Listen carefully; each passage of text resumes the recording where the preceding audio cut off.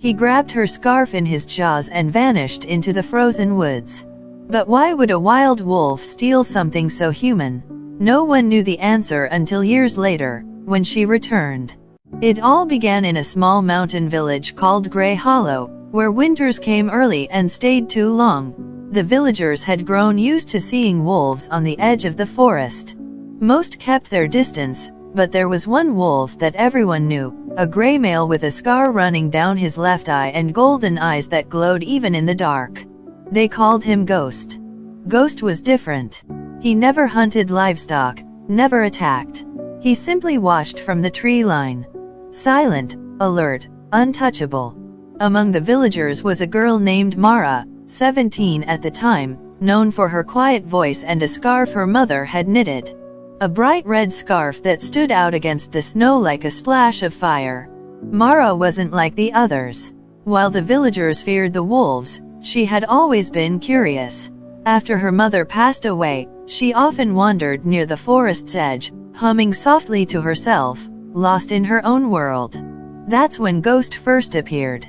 One evening, as snowflakes spun like silver dust, Mara sat by the edge of the woods. Her scarf fluttered in the wind. She didn't notice the wolf until she felt eyes watching her. When she turned, there he was. Ghost. Her heart raced, but she didn't run. She simply sat still, scarf trailing in the wind. For several weeks, it became a silent ritual. Mara would visit the same spot, sometimes bringing bread from the bakery where she worked. She'd tear small pieces and toss them toward the wolf. He never came close enough to eat, but he always watched. Then came the night that changed everything. A blizzard had swept through Grey Hollow. Mara, carrying a loaf of bread under her arm, wrapped her red scarf tightly and made her way to the forest edge. Everyone had warned her not to go out, but she went anyway. When she reached the clearing, the snow was knee-deep. The wind howled like lost voices.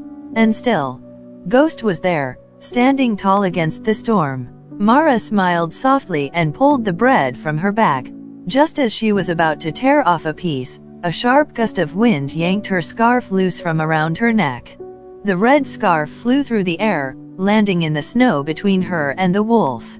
Before Mara could move, Ghost stepped forward for the first time ever. He didn't touch the bread. Instead, he lowered his head, grabbed the scarf between his teeth, and with one silent look back at Mara, he ran. She called after him, her voice